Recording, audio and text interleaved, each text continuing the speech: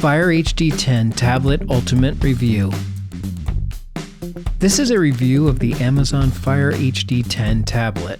We will cover the following topics. 1. Unboxing. We will show you what comes with the Fire HD 10. 2. Features and anatomy. We will point out key features of the Fire HD 10 and get you acquainted with its parts. 3. Initial setup.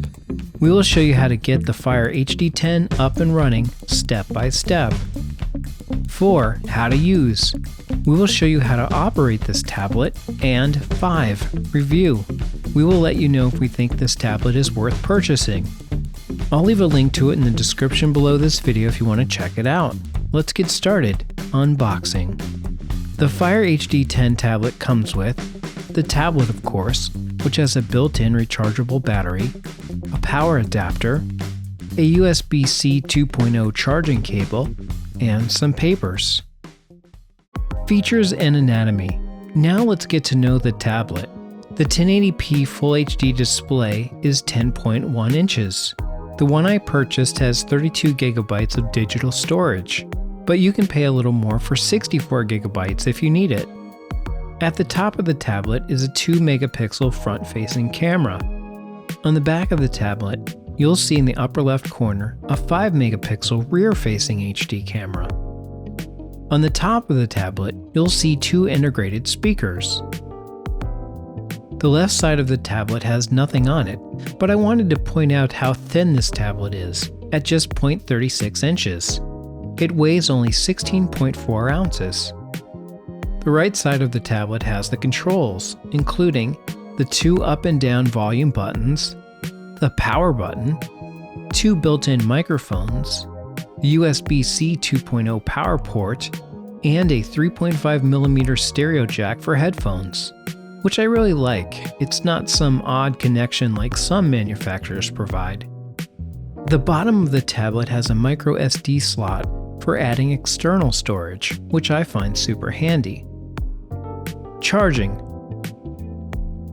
First, let's charge the tablet's internal battery. I'll plug the larger end of the charging cable into the power adapter. Then I'll plug the other end of the cable into the tablet. Finally, I'll plug the power adapter into a wall outlet. The tablet takes around 4 hours to charge from 0 to 100%, less if it's not completely drained. A fully charged battery lasts around 12 hours, which is good in my opinion. Initial setup. Now let's get the Fire HD 10 up and running. I'll press and hold the power button for a few seconds to turn it on. That brings us to the Choose My Language screen. If you notice at the bottom of the screen, you can change the size of the text on the screen if you want to. I'll tap English United States in my case. Then I'll press the blue arrow at the bottom of the screen. Next, it will ask me to connect to Wi-Fi. I'll select my Wi-Fi network and then enter the password. Then I'll tap Continue. It will show me that we are now connected to the right network on the list. Then it will ask me to enter my Amazon password to set up the tablet. I'll tap on the empty field, which will bring up the keyboard, and then I'll type in my password. Next, I will tap above the keyboard to hide it, and then tap Sign In. This registers the tablet. Then it will bring up a screen where I can choose if I want to enable or disable location services, autosave photos and videos, and save Wi-Fi passwords to Amazon. I'll leave all of these checked and then tap Continue. Then you can watch a video called Meet Your Fire Tablet. It teaches you some tablet basics. Let's skip it. I'll teach you what you need to know a little later. The next screen we'll get to is the Create a Child Profile screen. This is a good option if you are giving this tablet to a child and want to limit their screen time or block app purchases, for example. I'll tap Not Now, then Continue. Next, you can set a screen lock. So if you're not using your tablet and the screen locks, the only way that you can get back in is by entering a PIN or password. It's a good security measure. I'll tap Not Now. Then it will ask me if I want to partake in Goodreads. In a nutshell, Goodreads is the world's biggest community for book lovers. It's basically a good way to find books, read book reviews, and rate books yourself. I'll tap Not Now. Then it asks if you want to try a free trial of Audible. Audible is an Amazon company that sells and produces spoken audio content. I'll tap No Thanks. Then it asks if you want to partake in Kindle Unlimited with a free trial. It's an Amazon subscription service for getting books, audiobooks, and magazines on your Amazon device. I like all of these services, but I'll tap No Thanks just to keep this tutorial moving. The next screen tells me that since I'm an Amazon Prime member, I already have access to books and videos, and I can add them to this device. I'll tap Not Now. The next screen suggests some free apps and games that I can download right away, which is great, but for this video, I'll just tap Not Now. Then we come to a screen that tells you that you can control your tablet using your voice using Amazon's virtual assistant, Alexa. I'll tap Continue. Then I will enable Alexa by tapping Enable Alexa. Then you can practice asking Alexa a question. Remember to always say Alexa first, like, Alexa, what's the weather? The current weather is 36 degrees Fahrenheit with cloudy skies. Today, you can look for lots of clouds, with a high of 38 degrees and a low of 34 degrees. I'll tap the circle at the bottom of the screen. I'll tell you what that does later. Then tap Continue. The next screen we get to allows you to customize hands-free settings. If you enable hands-free, you can access Alexa even if your tablet is locked. I'll leave these settings at their default for now and just tap Finish to finish setting up the tablet. How to use the Fire HD 10 tablet. The Fire HD 10 tablet can be controlled using your voice via its cloud-based voice assistant, Alexa. You can say things like, Alexa, what's the temperature? Right now, it's 36 degrees Fahrenheit. Tonight, expect a low of 34 degrees. Alexa, play music. Here's a mix for you on Amazon Music. Alexa, show me movies. Here you go. Alexa, call Dad. Sure. Alexa, I need a recipe for spaghetti sauce. Finding some spaghetti sauce recipes. Okay, for spaghetti sauce, here's a few recipes. Alexa, what time is it? The time is 12:29 p.m. Alexa, start a 5-minute timer. 5 minutes, starting now. Alexa, open the Prime Video app. Here are videos. Alexa, how far away is the moon? The moon is 249,200 miles away from Earth. Alexa works great on this tablet. You'll find her to be quite helpful. The Fire HD 10 can also be controlled using your fingers. The first thing you might want to do is go to the App Store to install some new apps. So I'll tap the App Store icon on the home screen. This launches and opens the App Store app. You can search by categories, or if you know what you want, you can tap the search icon and type what you are looking for. I'll spell Hulu. It's at the top of the list. I'll tap it, and then I'll tap the download button. It will install the Hulu app. Then I can tap Open if I want to launch it. But I want to keep looking for apps, so I'll tap Search again and start to type YouTube. It's at the top of the list, so I'll tap it, and then tap Get. Then I'll tap Download to install it. To get out of an app, like the App Store app, I'll use the 3 buttons at the bottom of the screen. The first triangle button is the back button. If I tap it, I'll go back 1 page in the app. The next button, the circle, is the button that will get me back to the home screen. I'll tap it.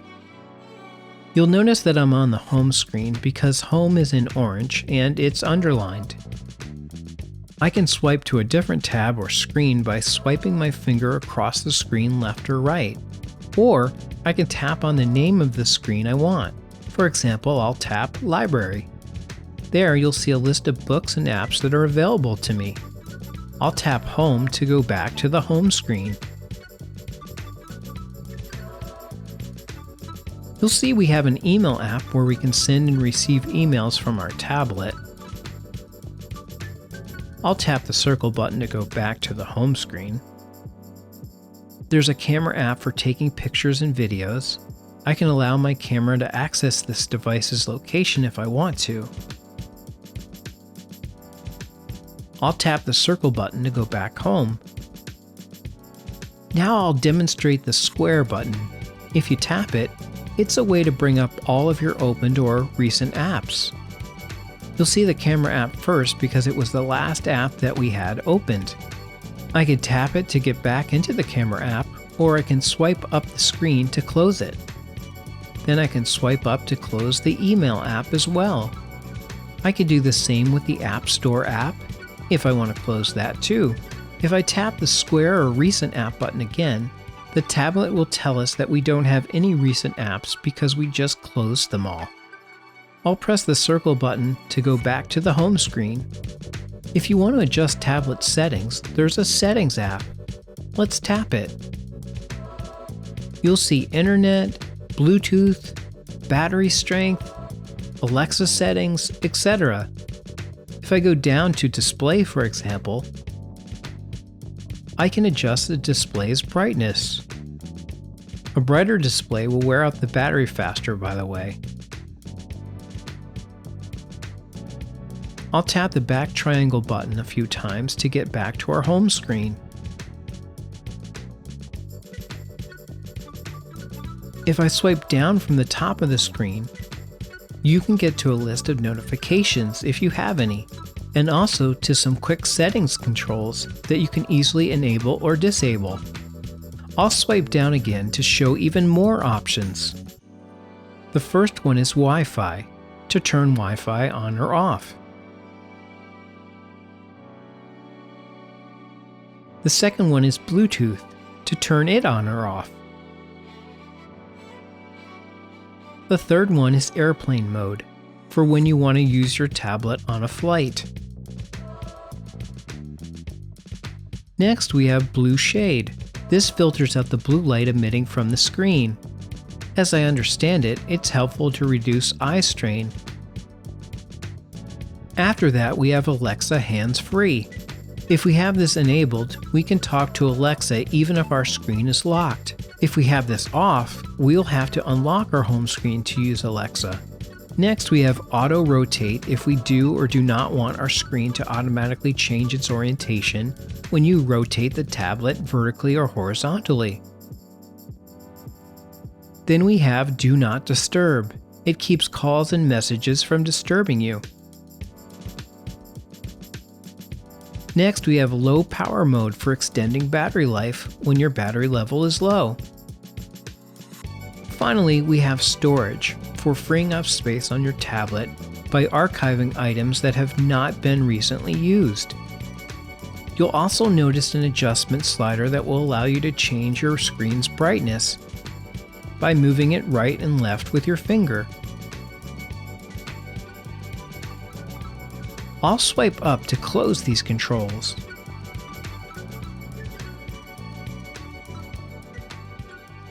You'll notice on the home screen we have an app for browsing the internet. I will search cooking turkey, for example. Because this is a touch screen, I can always use my finger to scroll up or down on the screen. I can tap the back button to get back to the search bar. I'll press the circle to go back to the home screen. There's a Photos app to view and share your photos. I don't have any yet, so I'll press the circle home button. I can launch the YouTube app to watch videos.